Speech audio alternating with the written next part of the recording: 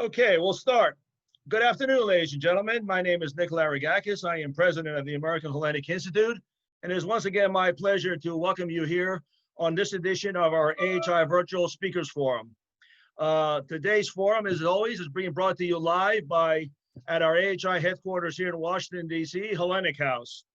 Our presentation today is what we think a very timely presentation regarding some of the actions that are happening in the Eastern Mediterranean. More specifically, the very provocative actions that are being displayed by Turkey regarding Greece and Cyprus and the overall region. Our topic today is called Turmoil in the Eastern Mediterranean. How far will Turkey go? Well, we'll see how far they will go when we get into a discussion with our panelists here today, the experts that we brought together to have this discussion who are very well versed on the issues of the Eastern Mediterranean. They are, and I will announce who they are now, Dr. CONSTANTINE ARVANITOPOULOS. He's a professor of international relations, the Karamanlis Chair in Hellenic and European Studies, the Fletcher School of Law and Diplomacy at Tufts University. We have Doug Bandow, Senior Fellow at the Cato Institute, and Dr. THANOS DOKOS, alternate National Security Advisor to the Prime Minister of Greece. Each and every one of them is a close friend and a friend of the American Hellenic Institute, of which they have appeared at numerous AHI events in the past. For those of you who are tuning in and who want to ask the question, all you need to know is you go to the Q&A function at the bottom of your screens, and please submit your question and try to make it as succinctly as short as possible, and you have a better opportunity to have your question presented if you do that. But allow me to a few opening comments to sort of set the stage for our discussion here today. And let's go back, starting with 2004, when the AKP party, which is President Erdogan's party, came into power and was within 2 years within its election. And they proclaimed back then to have zero problems with neighbors as part of their overall foreign policy objectives. Well, not only did that not come to fruition, but today in 2020, you can proclaim that Turkey has problems with every one of its neighbors. To put a little bit more meat to the bone as to exactly what has transpired within the last 12 months, and mind you, this is not something that's been only happening within the last 12 months, but you can argue that this has been Turkish policy for the greater part of the last 4 to 5 decades. But for this discussion, we're going to look going back to 2019. 4,813 Hellenic airspace violations of Turkey into Greece territory, airspace. 2,115 maritime incidences, violations of Greek territorial waters. In 2020, for the first 4 months from January through April, there have been 783 violations of Greek territorial airspace. And for the first 3 months, there have been 676 maritime violations. In 2019, in May, Turkey attempted to drill in Cypriot waters where it invoked President Anastasiadis to declare that, I quote, "this is a second invasion," end quote. In July of last year, again, Turkey began to receive the Russian S-400 system, which has put it at odds with our US Congress and our own US laws. In October, from July through October, it had the drill ship Yavuz drilling in Cypriot waters. And then in October, Turkey invaded northeast Syria and attacked the Kurds.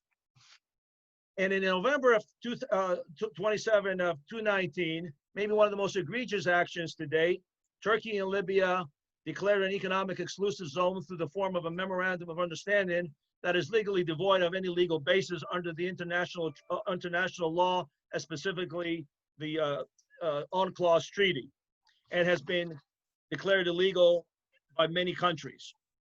Let's take it out 2020. Just in February and March of this year, many of you will recall, up at the Evros region, where the Turkish government facilitated a migrant invasion of Greece, which threatened the integrity of Greece in Europe. On April 19th and 20th, once again, Turkey sent the Yavuz, a Turkish energy research vessel, to blocks 6 and 7 of Cyprus's exclusive economic zone. On May 21, in one single day, 79 violations over Greek airspace by Turkish jets. On June 5th, President Erdogan instructs his aides to conduct a study on converting Hagia Sophia into a mosque.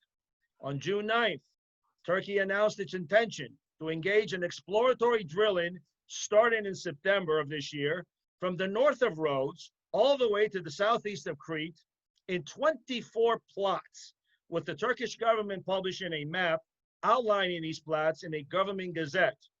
On June 11th, Turkish warships prevented the EU's new naval mission enforcing the Libya arms embargo from checking a suspect freighter off that country's coast. And finally, all these actions have invoked a response by the Greek government that only yesterday, June 16th, announced a multi-pronged strategy in the event Turkey carries out its threats to drill the 24 plots between Rhodes and Crete. So you can see, ladies and gentlemen, things are running high. The tensions are very difficult. And all of this not only threatens, of course, the instability of the region to the detriment of Western interests, but if we, of course, here at the American Hellenic Institute are always looking at it from the point of view of U.S. interests as well, and the projection of those interests. And the actions of Turkey, in our opinion, continue to threaten by the destabilization of the region, those interests. So now to focus on these and other issues and to bring a little bit more clarity into what's going on, we will now turn our attention to our panelists here today. And to start us off, we're going to start with Dr. THANOS, who, as I said, is the alternate national security advisor to the Prime Minister of Greece. Dr. DOKOS has received his PhD in international relations from Cambridge University and has held the post of Center for Science and International Affairs at Harvard University. He also served as a director for research, Strategic Studies Division at the Hellenic Ministry of National Defense, and most recently, where I've got to know him over the course of the last 13 years, where he was the immediate past Director General of the Hellenic Foundation for European and Foreign Policy, a leading think tank in Greece known as ILIAMEP. Dr. DOKOS, I have you begin our presentation here today with your opening comments. Well, Nick, thank you for the invitation. It's a pleasure to be in such a distinguished company. It might be helpful if I try to put this into a broader context. We discussed over the past few years a significant global change, the decline of the West and the rise of the rest. Now, I'm not ready to buy the first part, but certainly we have a number of powers rising, non-Western powers rising in various parts of the globe. And this is it's been observed in the Mediterranean as well. It used to be for the past, let's say, 20 years, early 90s, early 2000s, till 2010 approximately, a Western leg. The main players were the US and the Europeans. This is no longer the case. For a number of reasons, the US appears to be withdrawing from the region, not being as influential as was in the past. And the EU is searching for new policies. And we have either old players returning like Russia or new players emerging like China. But most importantly, ambitious regional powers like Turkey, Iran, even the Saudis and the United Arab Emirates are making an entry into our part of the world. And we have a very unstable situation with multiple conflicts, some from the past, like the Israeli-Palestinian one, the Cyprus problem, Greece and Turkey, but also new complex problems like Syria, Libya, failed states that are causing various problems for regional security. And we also have new types of security threats like population flows, either refugees or migrants. And of course, the issue of hydrocarbons in the Eastern Mediterranean is making things even more complex. And we, to make it worse, there is no regional security architecture. There is no forum where heads of states, foreign ministers, defense ministers meet at a regular basis, exchange views, try to find solutions to problems. There's a vacuum, and the only game in town in the eastern part of the Mediterranean are those tripartite cooperation schemes between Greece, Cyprus, and Israel, Greece, Cyprus, and Egypt. Now, an effort has been made to invite other players like Jordan and Lebanon, but this is all we have. Now, I mentioned those ambitious regional players, and Turkey is a very characteristic example. They perceive a vacuum, a power vacuum in the region. They try to take advantage of that. Now, this is not problematic by definition. This is what countries do. The problem are the methods that Turkey has been using. You know, it's disrespect for international law, the use of coercive methods vis-a-vis its neighbors, including Greece, Cyprus, but also a number of other players. This is also weakening the NATO alliance, which finds itself in an awkward position. Obviously, no one wants to lose an important member like Turkey, but it's causing problems to the cohesion of the alliance. It's causing us to Russia. You mentioned the S-400. This is only one example. There are several other close links between Turkey and Russia when it comes to energy, to the management of the Syrian conflict, and so on and so forth. This has been quite problematic. This morning, France has protested loudly about Turkey's behavior. And they said very clearly that this is a problem, we need to address it. You know, if we hide it under the carpet, then things will become worse. So we have a problematic situation. Greece feels the pressure. You mentioned a few examples. We are concerned. Turkey has its own domestic problems. In addition to its ambitious foreign policy agenda, you know, they have their domestic problems, and this is usually a destabilizing mix. You know, foreign policy ambition, domestic weakness. President Erdogan is under pressure because of the state of the Turkish economy.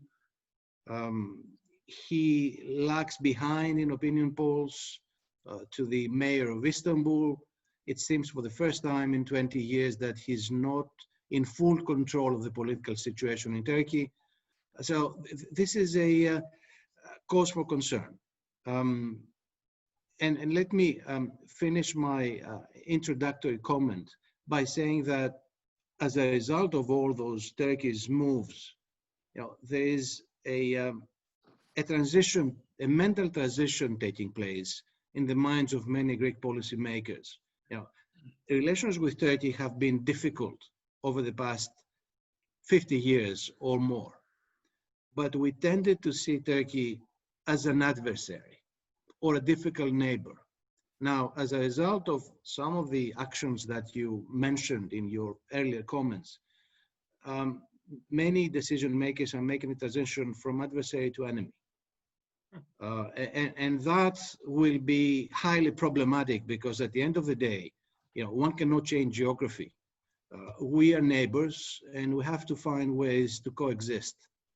And if that mental transition has been completed, then things will become much more complicated. Thank you, Dr. DOKOS, for those comments and for pointing out a number of other players in the region that all of us need to be paying attention to, as you mentioned, of course, China and Russia, and how that interacts on the region, in addition to what Turkey is doing. Switching now, I would like to invite Doug Bandow. Doug Bandow is a senior fellow at the Cato Institute and served as a former special assistant to President Ronald Reagan. He received his BS in economics from Florida State University and his JD degree from Stanford University. Doug is widely published as an author in leading newspapers and journals, foreign policy journals, including Foreign Policy, National Interest, Time, New York Times, Wall Street Journal, and the Washington Post. And he has written several books on foreign policy issues. He usually, when he's not quarantined under COVID-19, he's usually on a plane about 200 nights a year, traveling somewhere around the world to speak about these and other issues. No stranger he to AHI presentations. Doug, welcome back.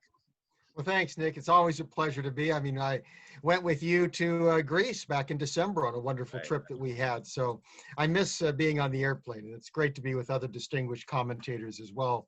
You always put a fabulous panel together. Thank you. I think what we see, and I think the earlier presentation made clear, is that we see a deterioration of behavior of Turkey.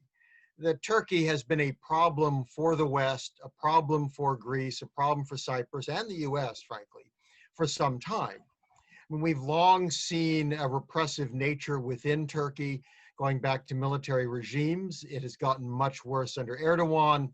This may not be a full dictatorship, but it's a very ugly place. And to the extent he feels he's losing control of the political situation, he can become very dangerous. There's long been religious repression against really all faiths that are not Muslim, especially against the Greek Orthodox Church, of course, in a number of areas. Now we see that with Hagia Sophia. So these are issues which have been with us. We see a greater Islamist move under him. And we've seen that, frankly, in the early days of the Syrian civil war, we're basically waving ISIS fighters through. I mean, allegations that his own family was making money off the trade involving ISIS. So we see those connections, which have gotten much worse. And we see kind of a move. We've always seen the problem, of course, with Greece and especially Cyprus. And those, go back, we're talking 40, 50 years, actually almost 50. It's hard to imagine how long that invasion has been. And those in many ways have gotten worse, as you pointed out in your introduction, the fact that we're seeing so many violations of airspace and of water space. I mean, these are very aggressive steps. It forces, of course, Greece to take action. It wastes a lot of money that Greece could be devoting for the military in other ways that presumably NATO would prefer, but of course it has to respond to its supposed alliance partner.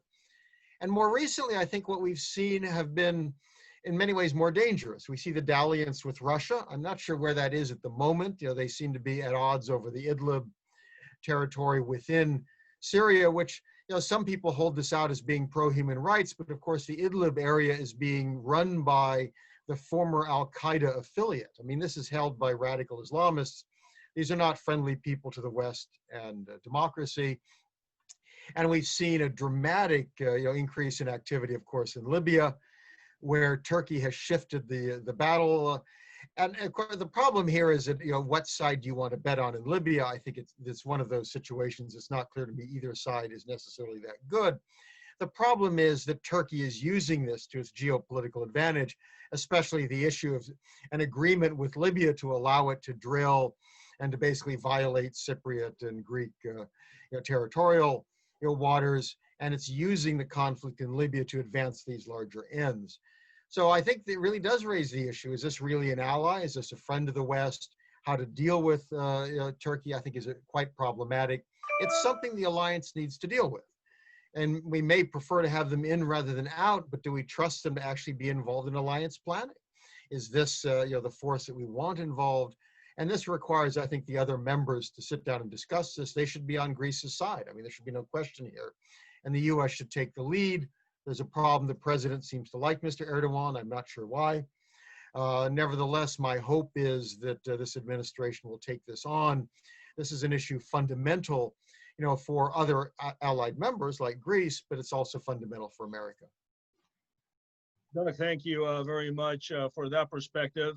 And for those of you who are viewing chat, I have to apologize. We seem to have a hacker here who is posting some very vulgar comments on the chat function. So I do apologize if people are able to see that, but you do have idiots in the world.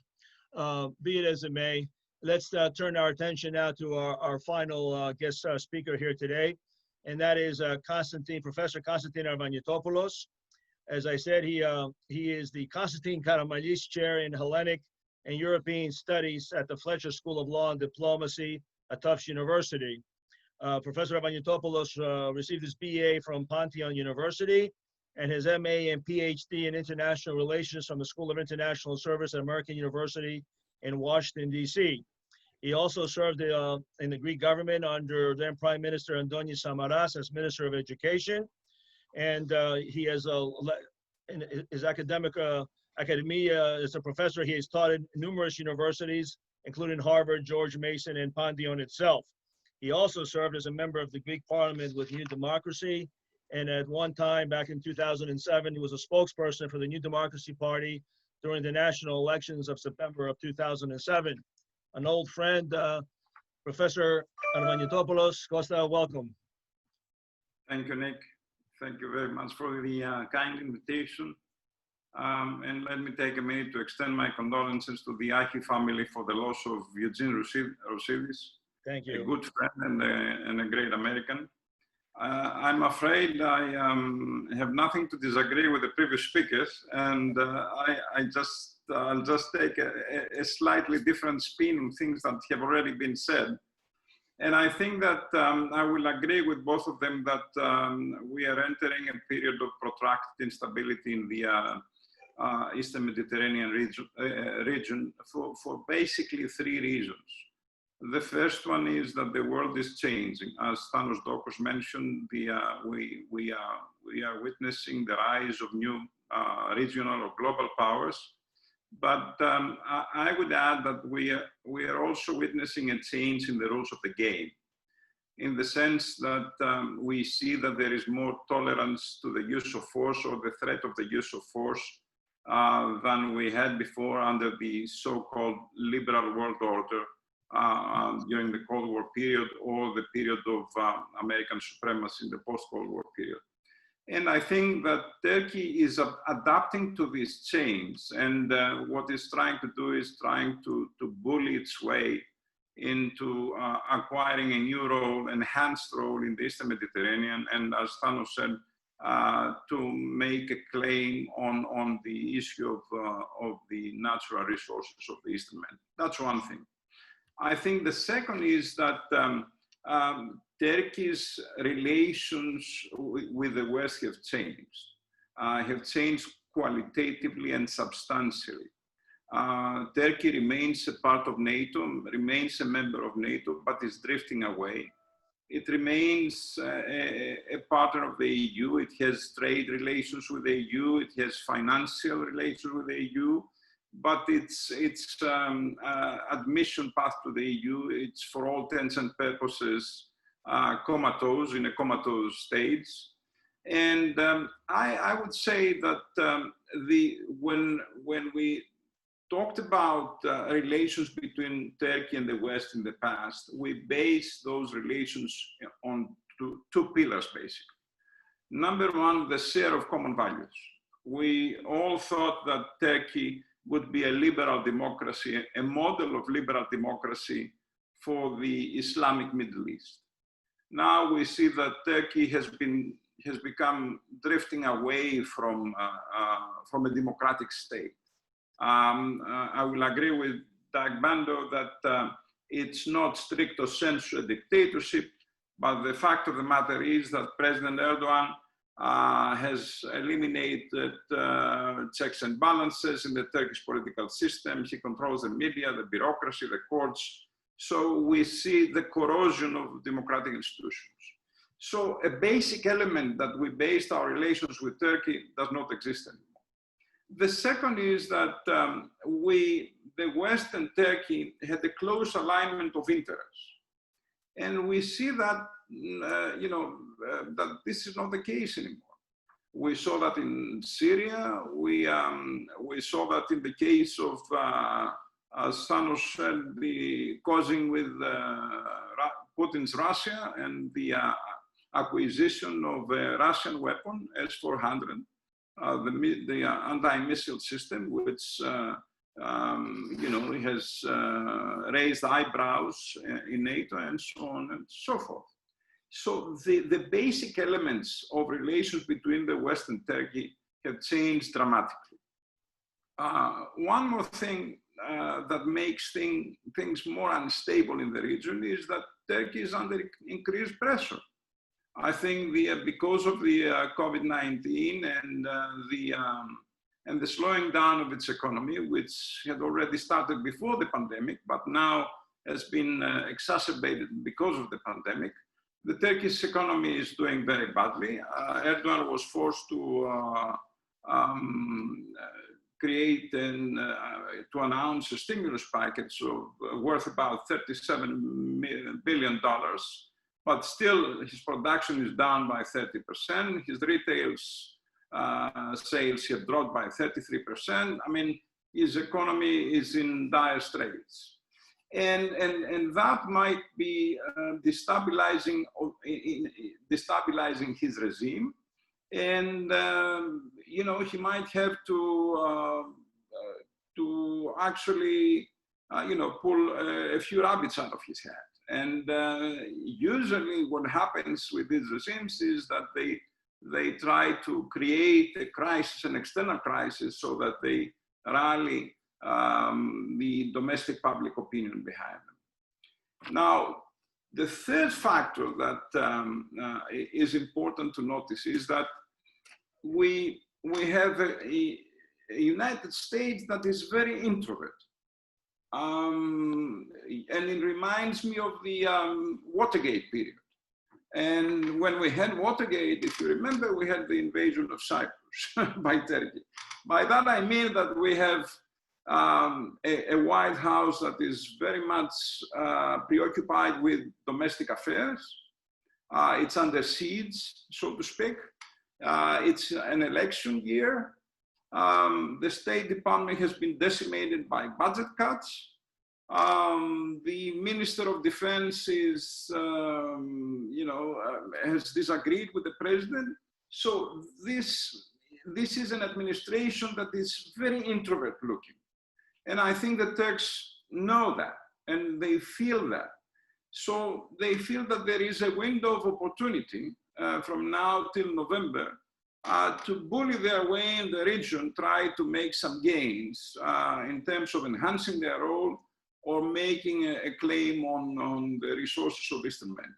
So for these reasons, I think that we are facing a period of instability, and we have to be very careful. And I think the American administration has an important role to play, because it was always, both speakers I think alluded to that, it was always a balancer. It had the role of the balancer in the wider region. So with the administration preoccupied with its domestic pains, I think, you know, I'm very skeptical about the months to come. Oh, thank you, Professor Arvanitopoulos. Picking up on your last point, and of course, as it relates to 1974, of course, you had other parameters at that time too. You had a president that was impeached and resigned, basically. You know, he didn't impeach him, but it's true, yeah. He resigned, and of course, there was no government in Greece at that time really to speak of as well. And you can certainly not say that today in 2020. You have a very, you know, legitimate government there, and is prepared, you know, to defend and, you know, Greece's territory, and has made no bones about that. I really want to point out the sort of vacuum and the lack of attention in foreign affairs. This is without a doubt. So, but having said that, though, and I guess a question to, you know, all of you in that regard. So, what then is, you know, Erdogan trying to prove here? It seems like, you know, his rhetoric or his bark is, you know, is always worse than his bite. Is he just pushing the envelope to see how far he's going to go and what the reaction will be based on how far he decides to move in certain directions? How would you you know, what would you say to that? I mean, for example, you know, he brings up the issues, you know, I've always never understood the territorial water issue. Even though Greece has a right to 12 miles, they only do 6, but they have 10 air miles, and then you have this 4 miles that creates this vagueness, if you will, and gives somewhat of an excuse, if I may, for Turkey to come into those 4 miles and to fly. Could I give it a shot, Nick? Yeah, please. Okay. First of all, apologies for not disagreeing with my co-panelists. I know it makes it for a less attractive panel, but you know, it happens that we agree on the basic issues. Let me start by saying that Erdogan has not been the worst Turkish leader Greece has seen over the past 50, 60 years. Most of our deep problems with Turkey, all the major crises happened with the so-called Kemalist establishment. And the first, let's say, roughly 15 years of Erdogan's stay in power have been less eventful than periods in the past. The last couple of years have been difficult. So let us try to understand why. I think Erdogan has a strategy, a broad strategy in his mind. What he wants to do is, and he has a specific date in mind, 2023. That's the 100th anniversary of the establishment of the Republic of Turkey. Now, he wants to be able to clearly demonstrate to his electorate that he has made Turkey bigger and stronger in many ways. Now, apparently, he has been convinced by circles in his country that naval expansion or naval influence in the form of his grandiose strategy of the blue motherland is something that would deliver tangible results. So he's trying, he knows that land borders cannot be easily changed.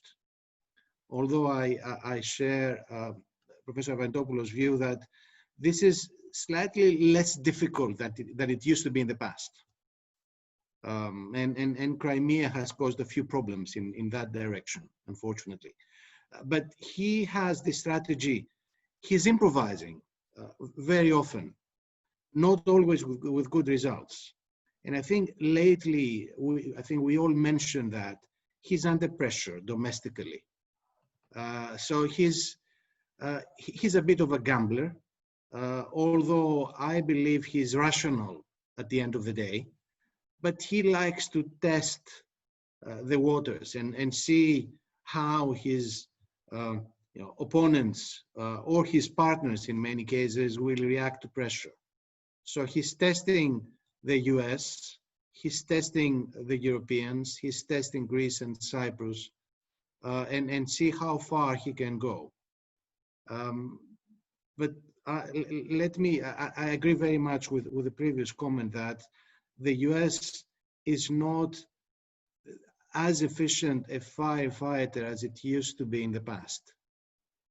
So when the push comes to shove, it remains to be seen if the US and a couple of other major players in Europe or NATO itself would be in a position, I'm not questioning the willingness, but whether they will be efficient in calming things down, that remains to be seen.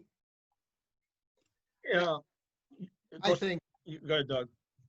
I think he's very opportunistic. I think that this really builds on the earlier comments, that what he does is looks for opportunities and tries to take advantage of them. So he pushes on the US, and can he take essentially effective control of territory in northern Syria? What he's done now is he's pressed to try to at least hold on to the Idlib territory from Syria and prevent Syria from regaining it. Nominally for humanitarian reasons, I think he has other purposes in mind. Libya is an opportunity. Other countries are involved here. Italy, France, United Arab Emirates, Egypt. I mean, it's a mess. It's easy for him to get involved and try to have a decisive result and then take advantage of the government. Even domestically, we certainly saw with Trump generally not complaining too much about the domestic repression until an American minister was imprisoned. And Erdogan gave him up. Now, nobody else. I mean, the prisons are still full. So I think what we see with Erdogan, I think he's certainly a man of history. He wants to compare himself to Ataturk, that he wants to maintain control. He wants to have a greater role for Turkey. He clearly sees this as stepping away from just being a Western ally. He sees, this is no longer the secular Turkish Republic. So I think he's trying to create a new, bigger Turkey. But he realizes there are weaknesses, and he's pushing. And he can be pushed back, but if he doesn't get pushed back, he'll keep advancing. let me try to get to some of the questions, because if I may, because Just- we have a number of questions coming through here, and I just like to try to get to quick some point of them. on that. I would agree with Thanos that Erdogan is not the worst leader that Greece has faced throughout history. But I would say that Erdogan has changed in the late years, in the last couple or 3 years. He has gone through a transformation. He started as a very pro-European, pro-democratic leader, and now he's turning into an autocrat. And I would agree with Bandow that he wants to leave a legacy. And his legacy is of having propelled Turkey to the status of a great power. And I agree that he's opportunistic, and I would say that he's also unpredictable. But let me just add one more point about US-Turkish relations. And I think that I can witness a discrepancy between the policy of the Trump, of Trump per se, Trump as a president, and the foreign policy establishment. Trump has tried to appease Erdogan. They have created a very strong bond between them because they share a love of strongman politics. But he has appeased Erdogan. The issue of Syria, he had the United States going against the interests of its strong allies, the Kurds, on the battlefield. On the case of the S-400, that he has not imposed sanctions on Erdogan, and also some say on the case of Fethullah Gulen, that he ordered an FBI investigation into Fethullah Gulen and so on and so forth. So Trump is trying to appease Erdogan, and I think this is also very bad because I think it might whet the appetite of Erdogan, and Erdogan might think that he has a window of opportunity as long as Trump remains in the White House. No, couldn't agree with you more regarding the appeasement, but with the Karamanlis, if I may, at least there was somewhat of an understanding in terms of what you could expect from them. With President Erdogan, I don't think you can wake up on any given day and really understand what he's thinking on that particular day and how he might act. But let's go to some of these questions here, if I may, because we have a lot of them coming in. And this is from Ambassador Patrick Theros, former U.S. Ambassador to Qatar. He asks, can anyone comment on which side other countries in the region have chosen to place themselves, i.e. Russia, Israel, Italy, France, the EU? Does this confusion increase danger of an accidental conflict? Anybody want to touch on that one? I can try. Prime Minister Mitsotakis is coming back from Israel as we speak. There was a very successful visit. Numerous agreements have been signed, and the mood was very general, very good, very positive. There were some strong statements by the two heads of state about the Greek-Israeli relationship and how they see Turkey's negative role in the region. So I guess that answers the question about Israel. France, I mentioned in my initial comments, is furious about Turkey because there has been an incident a couple of days ago when a Turkish warship locked on a French warship, which is something you don't do between members of the same alliance. Italy is an interesting case. They have their own interests, mainly economic, with Turkey. But there was an important agreement signed a couple of days ago between Greece and Italy about the delimitation of their exclusive economic zones. So that was a very positive development, and I think at the end of the day, Italy cannot ignore the fact that Greece and Italy are members of the EU, allies in NATO, and they cannot ignore Turkey's behavior. Russia is also a very interesting case. They have been using, I think, Turkey to weaken NATO. They have been working together in some areas, but it's not a balanced relationship. Russia has the upper hand. There's high dependence of Turkey on Russian gas, the nuclear reactor they are building, sales of sophisticated weapons like the S-400, but they also have their own disagreements, both in Syria and in Libya. So it's a strange relationship. The US, well, all of you explain the problems and the double language, the president versus the State Department, the Pentagon, and so on and so forth. There have been, I must say, there have been some very positive statements, the likes of which we haven't seen before, about Greek positions and Turkish behavior from the State Department and from senior officials at the US administration. Now, whether that can be translated into actual support, that's a difficult question to answer. But there is, and let me finish with that, there's an increased US military presence planned for Greece. There's a deepening of the strategic relationship over the past few years. And the US is also very interested in those tripartite cooperation schemes between Greece, Cyprus, and Israel mostly, but also Egypt, which is an important country for US interests in the region. So I think the US will try, as I said before, to play a stabilizing role. Now, does that eliminate the probability of an accidental conflict in the region? Unfortunately, no. As you stated, Dr. DOKOS, certainly there's been some very good comments that have come out of the administration, maybe better than most administrations over the course of the last 20 years or so that we've seen over the course of developments in the Eastern Mediterranean. I take, for example, Deputy Assistant Secretary Matthew Palmer, when he visited Alexandroupoli at the time of the Evros incident, where he said that this situation is unsustainable, unacceptable, and fundamentally destabilizing towards Europe. And certainly through Ambassador Gerber, the US ambassador to Cyprus, on one of the ships on visit the Yavuz to plots 6 and 7, also stated that this was not helpful, and it creates tensions.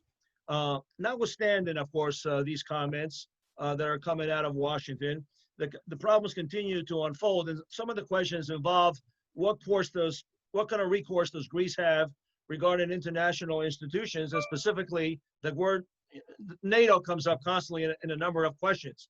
Doug, I'll throw this to you. We know what NATO states. They don't get involved in member states' issues, but at the same time, we're talking about 2 NATO members here that have the potential to escalate into a hot spot, a hot situation that no one wants. So what should NATO be doing, at least on a rhetorical stage? Well, certainly NATO should make the point that you shouldn't be committing what would be perceived as an act of war against an allied partner. You shouldn't be routinely violating airspace and territorial waters of a supposed alliance partner. I mean, the challenge here is to find, I think the problem with the US government here is we really do have this very weird distinction. Where on a lot of ongoing things, clearly there's criticism of Turkey. I think one thing that has happened is that clearly the Pentagon has lost some of its love for Turkey in terms of what's happened in Syria, the refusal to back the US in Iraq, these kinds of things. And I think that's a very helpful thing. On Capitol Hill, there's very little sentiment for Turkey. So Turkey in Washington really has one person to rely on. I mean, when you have your bodyguards beat up peaceful protesters, I mean, you really lose any sort of support from anyone within positions of normal authority. NATO, I think, this is a large alliance driven by the United States. So until the US is willing to take a strong position, it's harder to get everybody else to act. And the way this president has treated alliance partners within NATO has not created a great love for him. And a lot of I think the problem with the Europeans is they feel held hostage to some degree by Turkey. Issues of refugees, some of these other questions, that it's a problem they would prefer to have go away, a willingness to take on Turkey. And then the question is, how far are you willing to press? I mean, there's been discussion of should Turkey be thrown out of NATO, if it's playing with the Russians, if it's doing all these other things. Everybody still wants to have influence over Turkey, But if Erdogan won't be influenced, then I think the challenge is how do you bring 30 members of NATO together on an issue like this? For some countries, they feel far away. I mean, this is something like, why are you bothering me? I'm Slovenia. What am I going to do on something like this? It requires the big players, and this is where I'd like to see, you get France, you get United Kingdom, you get Germany and the US together, you get Italy, that kind of a group to discuss this and go collectively to Turkey and explain, here's the problem, and then come up with some consequences that matter, that would fall short of expulsion. You might be able to get Turkey to temper it, but it requires activity from people who are disunited at a time where so much else is going on. It's very hard to get that action together. But NATO is the obvious forum for this. I think Erdogan wants to stay in NATO. He values that NATO membership. He realizes that's important for a number of reasons. So I think there is pressure point that could be used, but it's going to require NATO members coming together, not one by one. And I add a word about the European Union and its relationship with Turkey, because European candidacy may be dead for all intents and purposes, but the fact of the matter is that the European Union still maintains some sort of leverage vis-a-vis Turkey, especially with the ensuing economic crisis, and also the deal on the waves of immigration.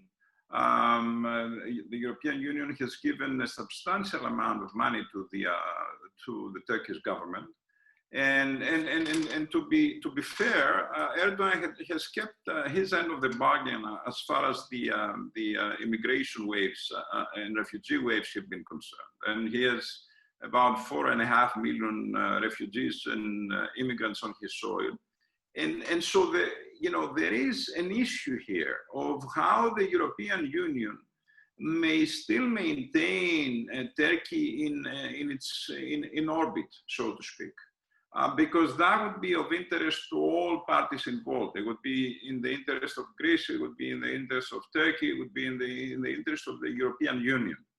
And so I think the European Union, with the crisis, the economic crisis unfolding now in Turkey, still has some quite an amount of leverage vis-a-vis Turkey, and I think that we still have to maintain this relationship and try to ameliorate certain aspects of Turkish aggressive foreign policy through this relationship.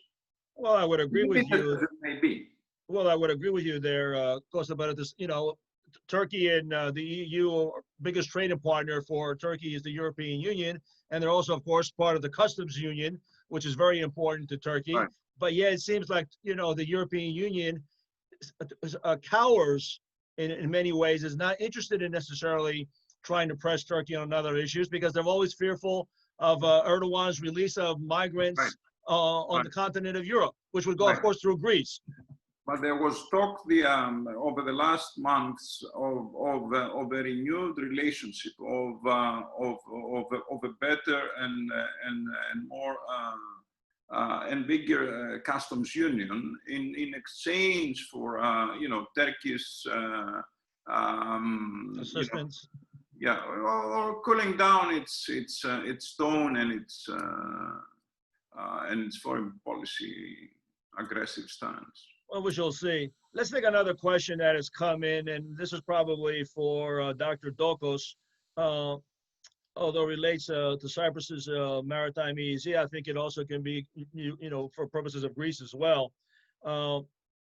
It says, in dealing with Turkey's violations of Greek borders, as well as Cyprus's maritime EEZ, is it realistic to expect an enforceable solution to be developed through the International Court of Justice at The Hague, or will there have to be some other diplomatic effort among the countries themselves?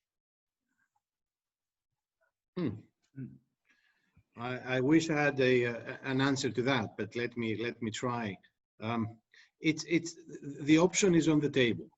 It has been discussed for many years whether Greece and Turkey can take their disagreement on maritime zones to the International Court of Justice in The Hague.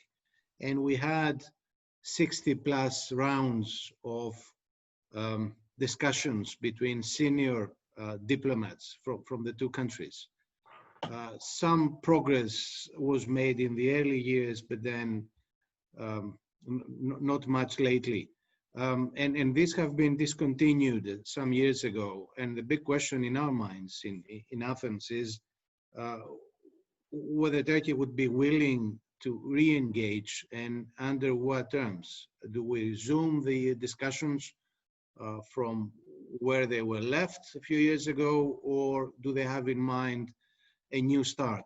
And the concern here is that Turkey has raised a long list of issues, like gray zones, Turkey is disputing the ownership, sovereignty over a number of inhabited small islands and islets, and so on and so forth. Obviously, these are issues that no Greek government would be willing to submit to an international court or negotiate about them. Now, if Turkey is willing to discuss only maritime zones, then obviously in our minds, it's an option we should explore. Now, problem is diplomatic channels of communications have been shut down lately as a result of a Turkish decision. And also diplomatic channels have less value than in the past, because in that peculiar decision-making system in Turkey, the foreign ministry there has, well, there are some similarities with the State Department. They have less influence nowadays. So we're not sure what Turkey wants right now. But let me answer directly the question. Yes, that would be an option if the question at hand is the delimitation of maritime zones, and no more than that. But let me just clarify something. I've always been, you know, I've heard over the years Greek diplomats say, and through the foreign ministry and so forth, that the only issue that Greece is willing to take is that of, or rather negotiate with Turkey, is the continental shelf. Is this correct? It's only the continental shelf issue that Greece feels that it has a need to negotiate with Turkey on a government-to-government effort, right? We also talk nowadays about exclusive economic zones, so that's why I said maritime zones. Yeah, right. Okay, I have a question here from one of our board members, Nicholas Karamanlis, an attorney. He says very succinctly, please discuss the role that the Muslim Brotherhood plays in Erdogan's policies. Anyone want to tackle that one? Costa? Well, you know, I think that Erdogan has played around with jihadist groups in Syria and in the past, and he has played a very evasive game with all these groups, and this is why his positions in Syria, but also his anti-Americanism and anti-Semitism have gone a long way of disrupting his relationship with the United States and the West as a whole. As we said before, I think that Erdogan feels that Turkey now is a big regional power and does not, you know, does not abide by the rules of the West, by the rules of the of liberal democracies, and can do, you know, can do cherry picking on foreign policy issues and side with one side or the other side depending on its interests. That's a very dangerous game, and this is how Turkey has adapted, and its leadership has adapted to the changes in the environment and the global season as a whole. But it has played with jihadist groups. It continues to do so. You know, it plays all kinds of games in the Middle East. So, you know, because you mentioned the Davutoglu doctrine of zero problems with thy neighbors. Now I think, you know, he has all kinds of problems with all his neighbors. That's what it has amounted down to do. Very well. There's another question here. What are your thoughts on the leaked Turkish military documents that the Nordic Monitor published a few days ago?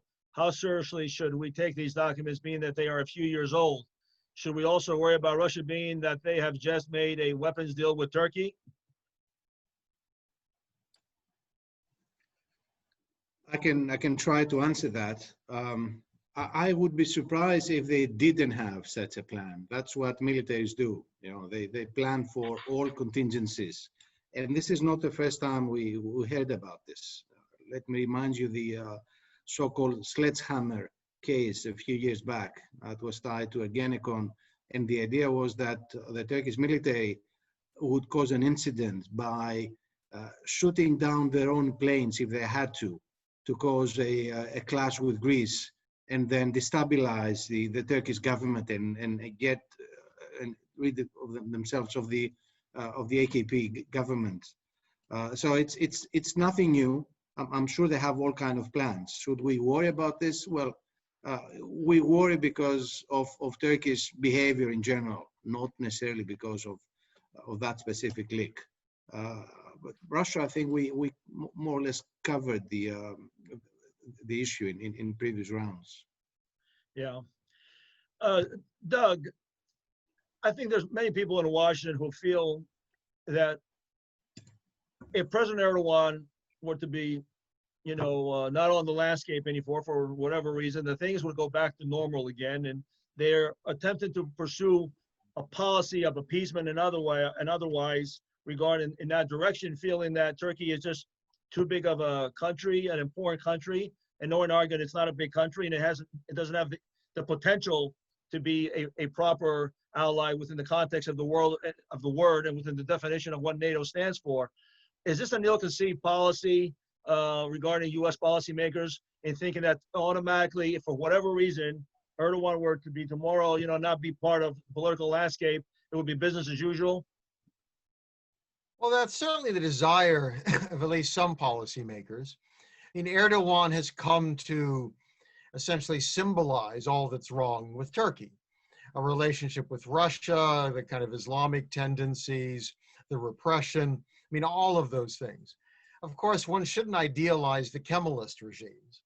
I mean, they staged real coup d'etats, they hung a prime minister, they threw thousands of people in jail. And while it was nominally a secular regime, it was hardly an open, friendly regime for Western liberalism, religious minorities, the Greek Orthodox Church, or anything else. I think it's hard to imagine it going back to where it was. It'll be a new normal, and it's not clear what that new normal is. I think that we've seen Islamist passions to some degree released. I don't think it's as dangerous as we've seen elsewhere. Nevertheless, it's going to be a more religious and Islamic country. Yeah, I mean, the nationalists remain, and they've been in league with Erdogan. We've seen the virulence in terms of attacks on the Kurds and kind of that is the Turkish Kurds, and how Erdogan has used those issues to try to destroy the Kurdish party that has really hurt him and has been a symbol to some degree of a more liberal approach. So I don't think all that stuff goes away. And the question of how do you repair a society, where I think the point was made earlier, that basically destroying the very institutions of democracy, that what you're doing is you're getting rid of the countervailing centers of power.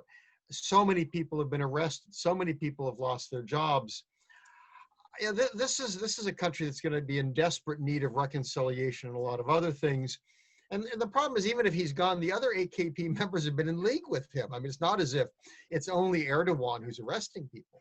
I mean, there's a whole, cadre of people. It's kind of, how do you denazify? I mean, what do you do about, people who are in league with all these repressions? So I think it could be a very unstable place. Certainly it would be useful to have, I think, Western engagement and the prospect and the possibilities of a better relationship with the EU, a better relationship with America, if they move towards a more liberal approach, they move back towards the West, they behave more effectively and more responsibly. All that, I think, should be held out, but we need to see Turkey playing. We spent a lot of years of assuming this is the great Islamic democracy, this is the linchpin of NATO, this is the great ally against Russia. I mean, all of these visions, the moderate Islamic country, and it turns out all of those were false. I mean, when it came down to needing them against Iraq, they weren't there. I mean, there's so many approach a post-Erdogan Turkey cautiously, recognizing we have better opportunities with him gone, but it is no sure thing. Well, let me ask one final question of Dr. DOKOS, and then we are at the 3 o'clock hour. And then I'd like to have each one of the panelists give a closing comment, and we'll wrap it up. Dr. DOKOS, in the United States, we have what's called DEFCON, defense condition. Doug, remind me, which one is the worst, 1 or 5? I can't remember. I think 5's the worst. I think 5's the worst. So if Greece today, given the provocative actions of Turkey about its threats, about impending drillings and 24 plots and off the coast of Crete and so forth and so on, is there a defense condition right now that you would put regarding Greece right now as it relates to its relationship with Turkey? And how worried are you? Good question, and a difficult one. I would say we are probably moving from DEFCON 2 to DEFCON 3 for all the reasons that you mentioned, Nick. You know, both the statements and the actions, but also the uncertainty regarding what the other players will do. If that was a different time, you know, if there was a Dick Holbrooke ready to, you know, take a plane and fly to capitals and calm things down, then would be less worried. But we take that very seriously as things stand. Very good. Then we'll come to the final comments phase of the program here, and I'll start off. Since you were last, Professor ARVANITOPOULOS, I will start off with you now to give your closing comments today. A couple of things. I think that the West, the United States, all of us have been victims of the myth we created and the virtual reality in our minds about Turkey being, you know, a liberal democracy of the Western type and being a pivotal power in the Middle East. Having said that, we've realized the last couple of years, 2 or 3 years, that Turkey is not a reliable ally of the West anymore, is not a friend of Europe or the United States, or even Greece for that matter. But that does not mean that we have to push it to the corner and turn it to an adversary. I would definitely agree with what THANOS said in the beginning. I think we need to have a policy of engagement with Turkey. And I think that the European Union still has a toolkit of things that can use to incentivize a change in Turkish behavior. I think the economic and financial instruments are very powerful means for the frailing Turkish economy. And I think that we can use that to keep Turkey in an orbit around the West, so that Turkey is not a friend, but does not turn into an enemy.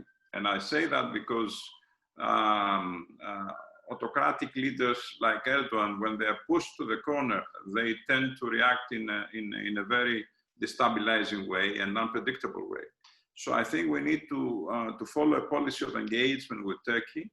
And of course, that does not imply that I'm optimistic for the post-Erdogan era, because Erdogan, for all intents and purposes, has decimated the so-called establishment and the institutional nexus of the Turkish society and the Turkish polity. And we cannot be certain of a transition to a regime that will look like the past or will look like a liberal democracy for that matter. So having said that, I think that the cautious policy of engagement with Turkey on the part of the European Union, on the part of NATO, is a way of somehow ameliorating its aggressive position and trying to navigate our relationship and our bilateral relationship in calmer waters. Thank you, Professor. Doug? I think it's critical to, you know, look at Turkey very clearly and very realistically and recognize what we're dealing with. We have a very real challenge today in a number of areas. I think it might help to try to disentangle issues and address them separately, because I think there are areas we may make more progress than others. So how do you deal with the question of Cyprus versus what's going on in Libya versus, you know, Syria? Finding areas we may have a bit more leverage on. I do think engagement is absolutely critical. And let's think long term. There are a lot of very good people in Turkey. mean, with the result we saw of the Istanbul election showed there are people who clearly are upset and concerned political directions. There are, Turkish citizens who fled. They're in the United States, they're in Australia, they're around the world. Some of them fled across the border to Greece, of course. People seeking to escape repression. These are people who could go back, in a future Turkey. And the question of how to help rebuild, assume an Erdogan who's gone, or a very different, a different political environment. How do you rebuild these institutions, these civic engagement, these alternate institutions? That's something where I do think aid, especially from Europe and America, could be helpful, and engagement not just from governments but also people outside, government. And let's be very cognizant of the importance of not demeaning or kind of playing to nationalist sentiments in Turkey. Turks are very proud. This is, I mean, in many ways, a great country. It's a fascinating place. It's got a lot of different peoples. It's a history that's gone through a lot in terms of what they've succeeded in and the challenges they've faced. The tone that we address them in, I think, matters. But let's recognize we have a very real problem here. And there are a number of issues that should be addressed. And they are best addressed if we can get, if not unanimity, at least a lot of kind of a collective sense, especially in NATO, the EU, the United States, of how to proceed. Get major countries prepared to work together to tell Turkey, we want to you. And I think the idea of being in the orbit of the West is a good one. We don't want a Turkey that is unstable. We don't want a Turkey that's an enemy. So how do we, an approach that helps at least hold it away from those poles is what we should be approaching. We will do better if we can work together, the US, Europeans, and others in the Middle East that find that technique, those issues to work on. It's going to be a very real challenge, but I hope we're up to it. Yes, it will be. And the final word from Dr. DOKOS.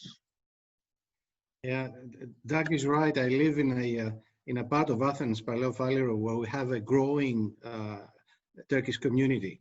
And they're most welcome, but it's sad that those people were forced to leave their country.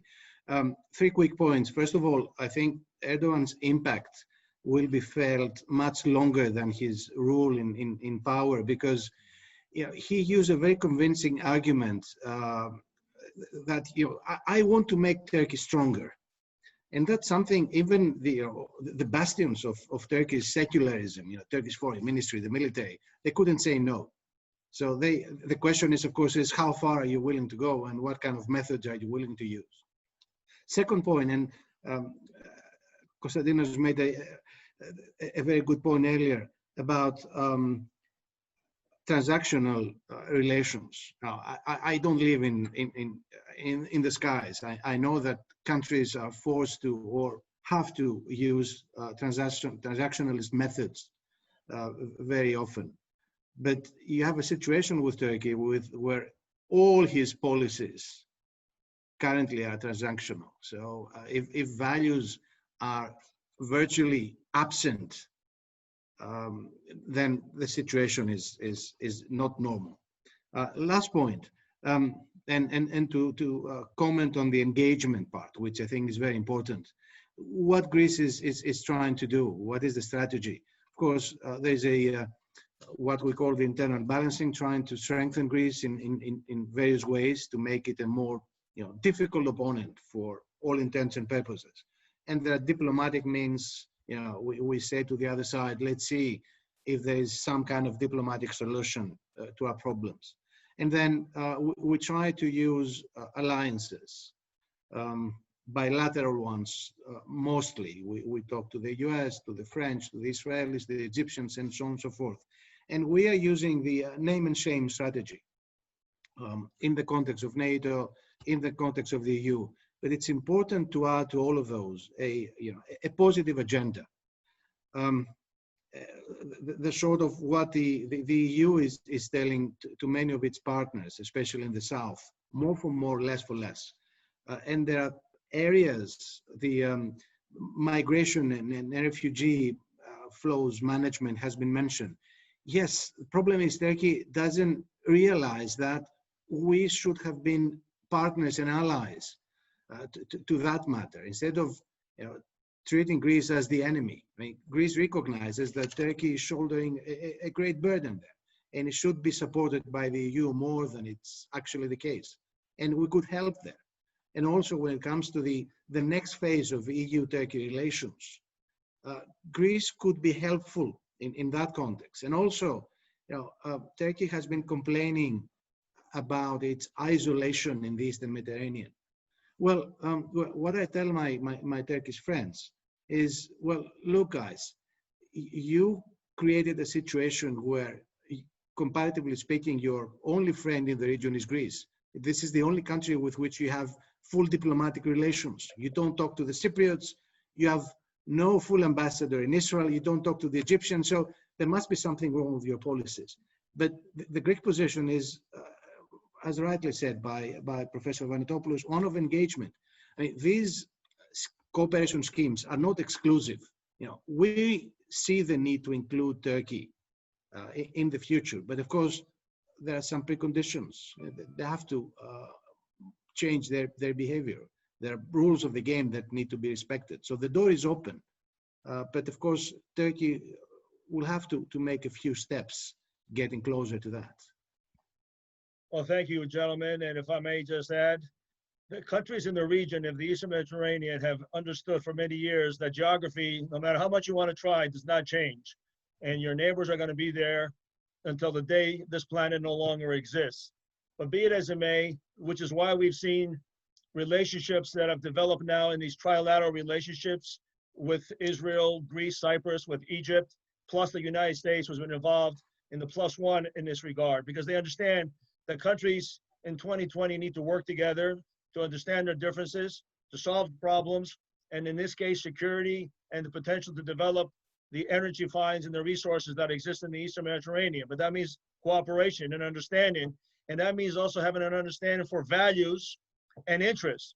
And for whatever reason, Turkey just seems to, as you say, want to isolate itself in that regard and try to be a much more provocative actor and to try to not deal within the context of this kind of geostrategic partnership, but try to violate international law and not play under the guise of international law like all the other countries are doing as best as possible within the context of this region.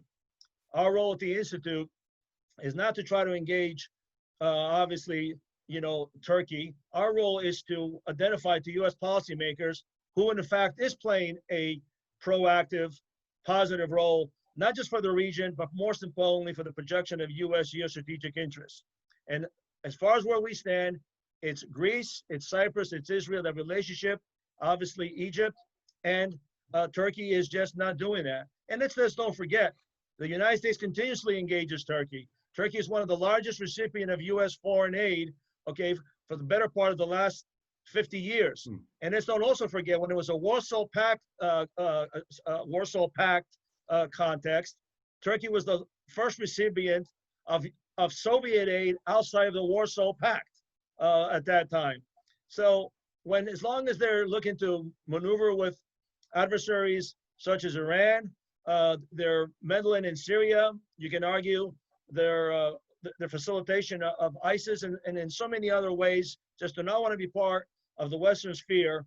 We're going to continue to have these discussions, and we hope one day, and I truly mean this, that Turkey is part and completely, fully indoctrinated into the Western sphere of countries, and more importantly, of course, for the region where the countries of Greece, Israel, Cyprus, and Egypt exist, because only collectively can you fulfill the full potential of the region. And as Americans, that's how you can also fulfill the full potential of U.S. geostrategic interests. We shall see. I'm not very positive given the nature of what we keep seeing, but we will continue to be on guard and continue to address these issues at every opportunity we possibly can. That does conclude our program for today. Once again, I want to thank our distinguished group of speakers here today. I think everyone who's listening can agree as to the wherewithal of understanding that these individuals have and how keen they are on the issues of the Eastern Mediterranean. I'd like to thank my staff at the American Hellenic Institute, and I'd like to thank especially Emily Pantis, who has become now my producer for these Zoom presentations. And please join us next week when we will go into a little bit of a different direction. Many Greek Americans want to go visit Greece this summer, and things change every day as to what the parameters are. Well, next week we will have a panel on tourism in Greece and what can we expect as Americans travel in there. And we will have, amongst others, the Minister of Tourism of Greece, Theo Harris, with us next week. So please tune in next Wednesday at 2 p.m. local Washington time. So until then, thank you to everyone for participating. Thank you once again to the panelists, and I wish everyone a good afternoon. Thank you, ladies and gentlemen. Thank you very much. Thank you. Thank you. Bye-bye.